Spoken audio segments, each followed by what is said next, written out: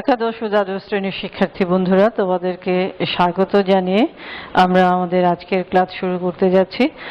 আশা করি তোমরা সকলে ভালো আছো, নিরাপদে আছো।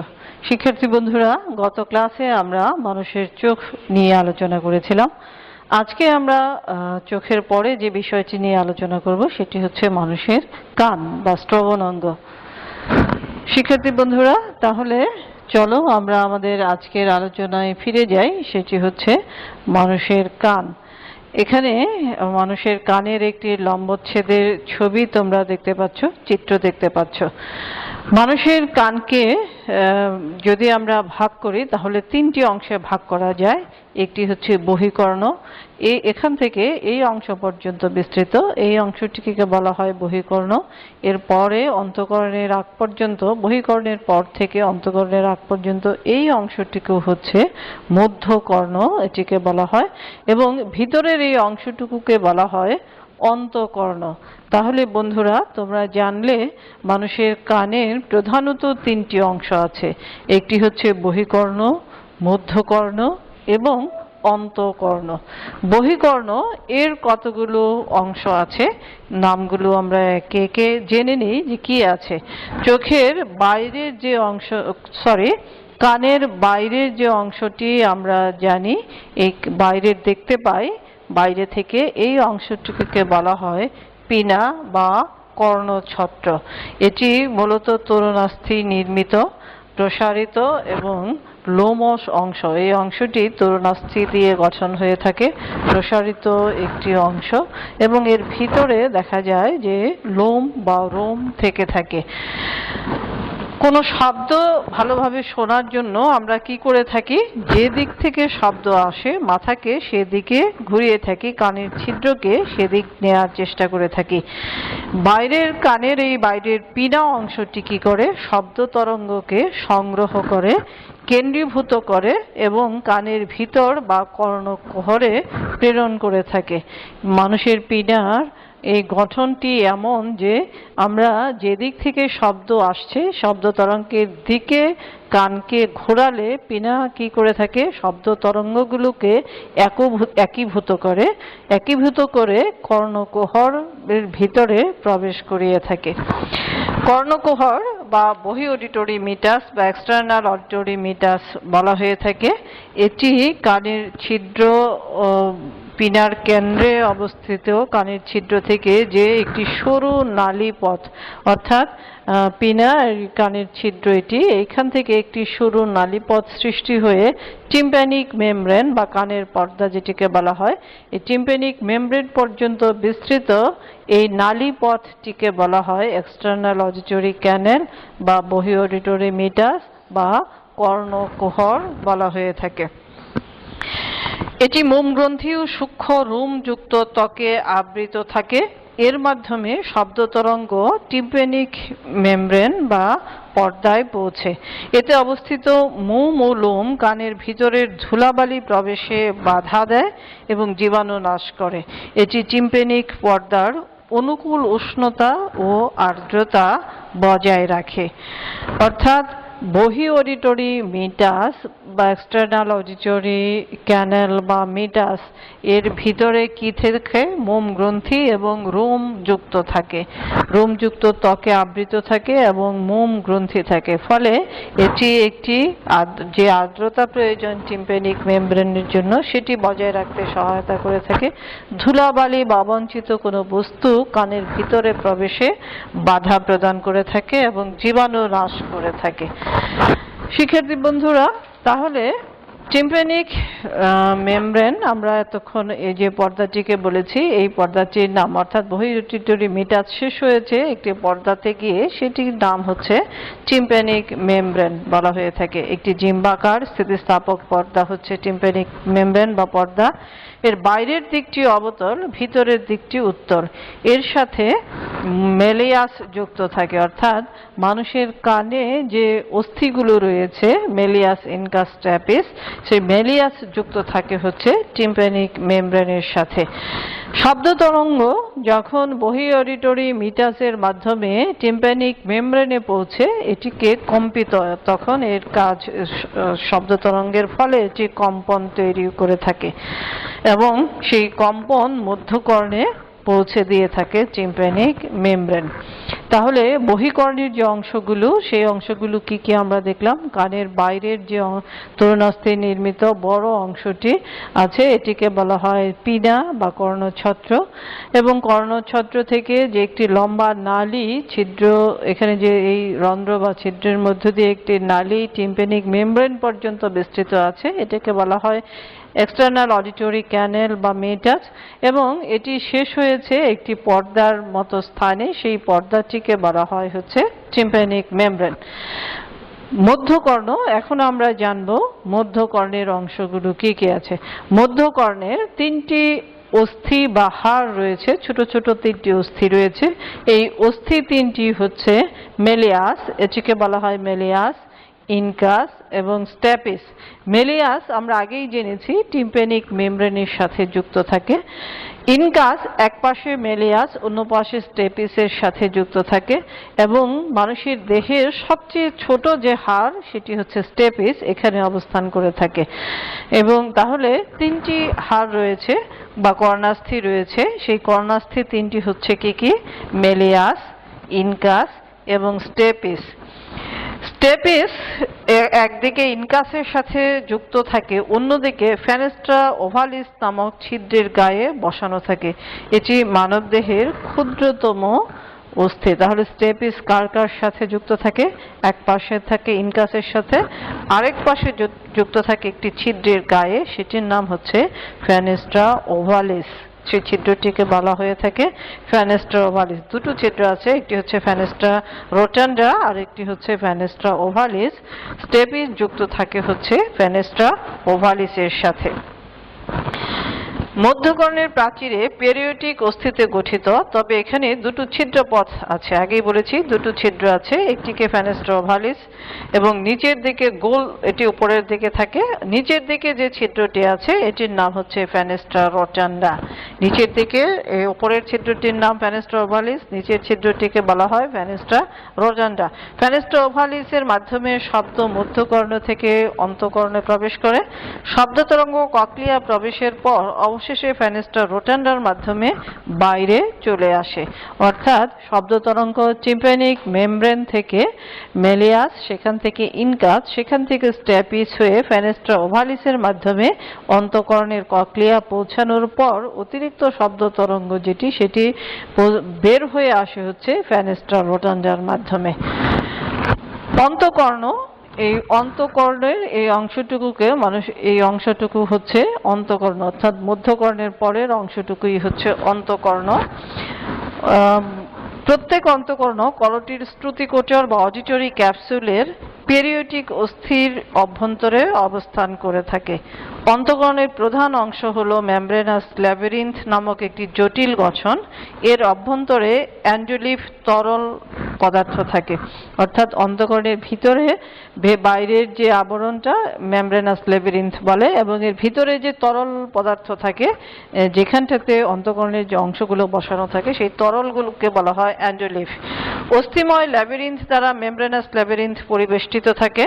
দুই ল্যাবিরিন্থের মধ্যবর্তী স্থান পেরিলিম্ফ তরলে পূর্ণ থাকে, অর্থাৎ মেমব্রেনাস ল্যাবিরিন্থ এর বাইরের অস্থিময় ল্যাবিরিন্থ থাকে, এবং এই অস্থিময় ল্যাবিরিন্থ মেমব্রেনাস ল্যাবিরিন্থের মাঝখানে যে তরল থাকে সেটিকে বলা হয় পেরিলিম্ফ। মেমব্রেনাস ল্যাবিরিন্থ ভারসাম্য ও শ্রবণ অঙ্গ হিসেবে কাজ করে থাকে। ভারসাম্য অঙ্গ, আমরা কানের যে অন্তকর্ণ আছে এর প্রধানত দুটো অংশ আছে। এই উপরের দিকের এই অংশটিকে বলা হয় ইউট্রিকুলাস চেম্বার, এই উপরের এই চেম্বারটাকে বলা হয় ইউট্রিকুলাস, এবং নিচের এই চেম্বারটিকে বলা হয় স্যাকুলাস। ইউট্রিকুলাস এবং স্যাকুলাস দুটো চেম্বার আছে এর মধ্যে বা গহ্বর আছে। ইউট্রিকুলাস যেটি আছে, এই ইউট্রিকুলাসে তিনটি অর্ধবৃত্তাকার নালী পরস্পরের সাথে সমকোণে প্রায় সংযুক্ত থাকে। এখানে যে নালীগুলো দেখতে পাচ্ছ এগুলোকে বলা হয় অর্ধবৃত্তাকার নালী এবং এই নালীগুলোর প্রান্তভাগ স্ফীত হয়েছে। দেখো প্রত্যেকটা নালীর প্রান্তভাগই আছে, স্ফীত হয়ে থাকে। ইউট্রিকুলাস এবং স্যাকুলাস অ্যান্ডোলিফ তরলে পূর্ণ এবং গহ্বরের ভিতরে ল্যাকুনা নামক অঙ্গ বিদ্যমান থাকে। এগুলি ইউট্রিকুলাসের মেঝেতে অনুভূমিকভাবে এবং স্যাকুলাস প্রাচীরের গাত্রে উলম্বভাবে অবস্থান করে থাকে। ম্যাকুলায় সংবেদী রোম কোষ থাকে এবং এই কোষের রোমগুলো অটোলিথ ক্যালসিয়াম কার্বনেট কণিকা সমৃদ্ধ অটোলিথ মেমব্রেনে দৃঢ়ভাবে গেঁথে থাকে। অর্ধবৃত্তাকার নালীগুলো ইউট্রিকুলাস থেকে বিকশিত হয় এবং ইউট্রিকুলাসেই উন্মুক্ত হয়। অর্থাৎ এখানে যে অর্ধবৃত্তাকার বা সেমিসার্কুলার নালীগুলো আছে এটি ইউট্রিকুলাস থেকে উৎপন্ন হয়, ইউট্রিকুলাসেই শেষ হয়ে থাকে। দুটি নালী উলম্বভাবে এবং একটি অনুভূমিকভাবে অবস্থান করে। নালীগুলো পরস্পর সমকোণে অবস্থান করে এবং এক একটি নালী ঘূর্ণনের এক একটি অক্ষ নির্দেশ করে। নালীগুলো অ্যান্ডোলিম্ফ পূর্ণ এবং প্রতিটির একটি প্রান্ত স্ফীত হয়ে অ্যাম্পুলায় পরিণত হয়। অর্থাৎ আগেই বলেছিলাম নালীগুলির প্রত্যেকটি প্রান্তভাগে স্ফীত এবং এই স্ফীত অংশ অ্যাম্পুলা গঠন করে। অ্যাম্পুলায় সংবেদী রোমকোষ বিদ্যমান থাকে। রোমকোষগুলো কুপুলা নামক জিলেটিন পর্দায় গভীরভাবে প্রথিত এবং রোমগুলো অ্যান্ডোলিম্ফে প্রক্ষিপ্ত অবস্থায় থাকে। অর্থাৎ এর ভিতরে নালীগুলো ভিতরে যে দেখা যায় যে সংবেদী রোমকোষ আছে, সেই সংবেদী রোমকোষগুলো কুপুলায় আবৃত থেকে থাকে। শ্রবণ অঙ্গ, যেটি আমরা বলেছিলাম আগে দুটো অংশ আছে, একটি হচ্ছে ইউট্রিকুলাস, এই অংশটুকু সম্পর্কে আমরা এতক্ষণ জানলাম, আরেকটি হচ্ছে স্যাকুলাস। এখন আমরা স্যাকুলাস সম্পর্কে জানবো। স্যাকুলাসে দেখো শামুকের মতো করে পেঁচানো তিনটি অর্ধবৃত্তাকার নালী আছে। শামুকের মতো করে পেঁচানো এই নালী তিনটিকে বলা হয় ককলিয়া বলা হয়ে থাকে। মূলত মানুষের শ্রবণের সাথে সংশ্লিষ্ট অঙ্গ যেটি, সেটি হচ্ছে ককলিয়া। স্যাকুলাসের অঙ্কীয় দেশ থেকে বের হয়ে একটি শামুকের খোলকের মতো করে পেঁচানো ককলিয়া দুটি পর্দা দিয়ে তিনটি সমান্তরাল অনুদৈর্ঘ্য প্রকোষ্ঠে বিভক্ত থাকে। ওপরে পেরিলিম্ফে পূর্ণ স্ক্যালা ভেস্টিবুলি, স্ক্যালা মিডিয়া এবং স্ক্যালা টিম্পেনি। অর্থাৎ পেঁচানো এই নালী তিনটি চেম্বার গঠন করে। স্ক্যালা ভেস্টিবুলি, স্ক্যালা মিডিয়া এবং স্ক্যালা টিম্পেনি এই তিনটি চেম্বার গঠন করে থাকে। এই স্ক্যালা মিডিয়া যেটি, এটির ওপরে এবং নিচে রেসনার ঝিল্লি, উপরে এবং ভিতরে, এটি অবশ্যই নালীর ভিতরে, ওপরের দিকে রেসনার ঝিল্লি এবং নিচের দিকে থাকে বেসিলার ঝিল্লি থাকে। বেসিলার ঝিল্লির উপর কিছু এপিথেলিয়াম কোষ রূপান্তরিত হয়ে অর্গান অফ কর্টি গঠন করেছে। একেবারে শীর্ষে ককলিয়ার ঊর্ধ্ব ও নিম্ন প্রকোষ্ঠ একটি সরু নালীর অংশের সাহায্যে পরস্পর সংযুক্ত থাকে, এর নাম বলা হয় হ্যালিকোট্রেমা। শিক্ষার্থী বন্ধুরা, এখানে দুটো টার্ম তোমরা বিশেষভাবে মনে রাখবে, একটি হচ্ছে অর্গান অফ কর্টি আর একটি হচ্ছে হ্যালিকোট্রেমা। তাহলে অর্গান অফ কর্টি কি? আমরা জানি যে স্ক্যালা মিডিয়া যেটি আছে, স্ক্যালা মিডিয়ার উপরে এবং নিচের এই চেম্বারটির উপরে রেসনার ঝিল্লি এবং নিচে বেসিলার ঝিল্লি থাকে। এই বেসিলার ঝিল্লির উপর কিছু এপিথেলিয়াল কোষ পরিবর্তন হয়, রূপান্তর হয়ে সংবেদী অর্গান অফ কর্টি গঠন করে থাকে। এবং হ্যালিকোট্রেমা হচ্ছে এই চেম্বার তিনটি পরস্পরের সাথে একটি সরু নালী দিয়ে পরস্পরের সাথে সংযুক্ত থাকে। শীর্ষে সেই সরু নালীটিকে বলা হয়ে থাকে হ্যালিকোট্রেমা বলা হয়ে থাকে। শিক্ষার্থী বন্ধুরা, তাহলে তোমরা এতক্ষণ কানের গঠন সম্পর্কে জানলে। তাহলে আমি আবার সংক্ষেপে বলে দিচ্ছি যে কানের গঠন হচ্ছে কি, মানুষের কানকে প্রধানত তিনটি অংশে ভাগ করা হয়। একটি হচ্ছে বহিকর্ণ, অন্যটি হচ্ছে মাঝেরটি হচ্ছে মধ্যকর্ণ এবং আরেকটি হচ্ছে অন্তকর্ণ।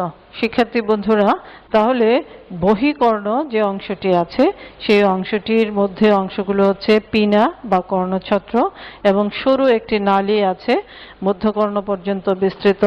এই সরু নালীটিকে বলা হয় হচ্ছে এক্সটার্নাল অডিটরি ক্যানাল বা বহি অডিটরি মিটাস এবং এই সরু নালীটির শেষে একটি পাতলা পর্দার মতো গঠন আছে গোলাকৃতির। এই পর্দাটিকে বলা হয় টিম্প্যানিক মেমব্রেন।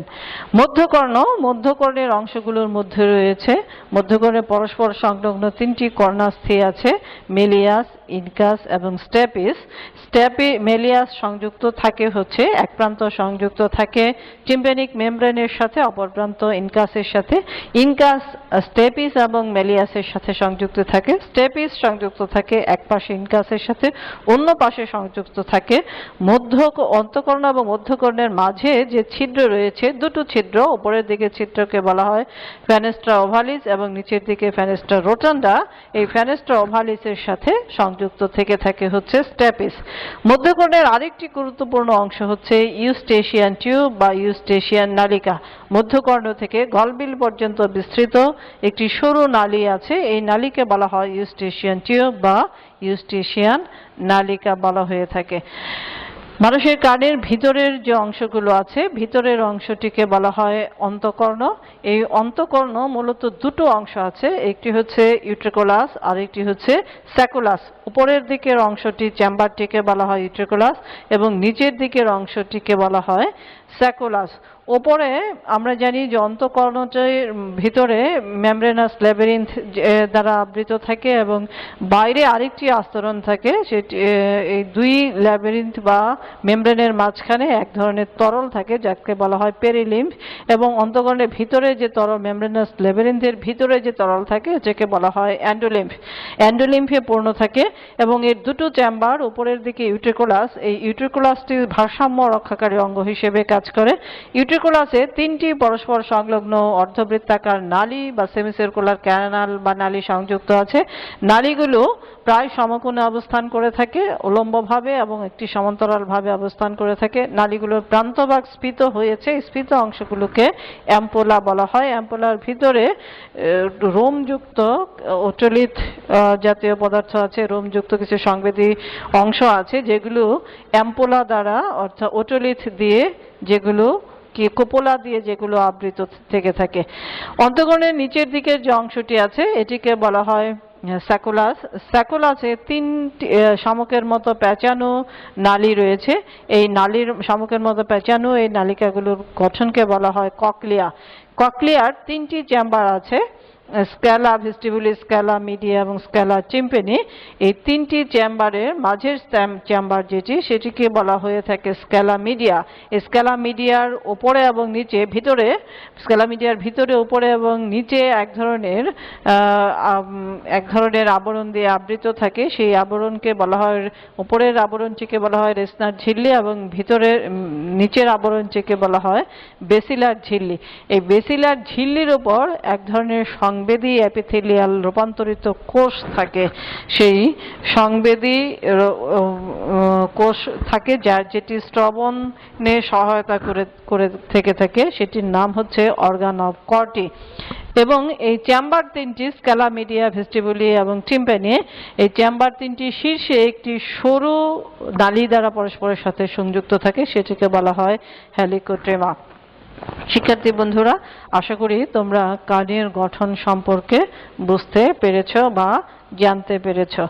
আমরা পরবর্তীকালে, প্রিয় শিক্ষার্থী, আমরা পরবর্তীকালে কানের গঠন আজকে জানলাম। আমরা পরবর্তীকালে কান কিভাবে কাজ করে থাকে, অর্থাৎ কানের সাহায্যে যে শ্রবণ অনুভূতি তৈরি হয়, কিভাবে শ্রবণ অনুভূতি তৈরি হয়ে থাকে এবং কান কিভাবে মানুষের ভারসাম্য রক্ষা করে সে বিষয় সম্পর্কে জানব। তার আগে বলি, কানের এই গঠন, কানের বিভিন্ন অংশগুলোর নাম এবং বিভিন্ন অংশগুলো কোন অংশটি কি কাজ করে থাকে সেই বিষয়গুলো তোমরা বিস্তারিতভাবে পড়বে, নিজেরা পড়বে, এই লম্বচ্ছেদের ছবিটি আঁকবে এবং অন্তঃকর্ণ, মধ্যকর্ণ, বহিকর্ণ পৃথক পৃথকভাবে প্রত্যেকটির ফাংশন তোমরা শিখবে বা জানবে। প্রিয় শিক্ষার্থী, তোমাদেরকে আবারও অনেক অনেক প্রীতি ও শুভেচ্ছা জানিয়ে আজকের মতো এখানেই শেষ করছি। আল্লাহ হাফেজ।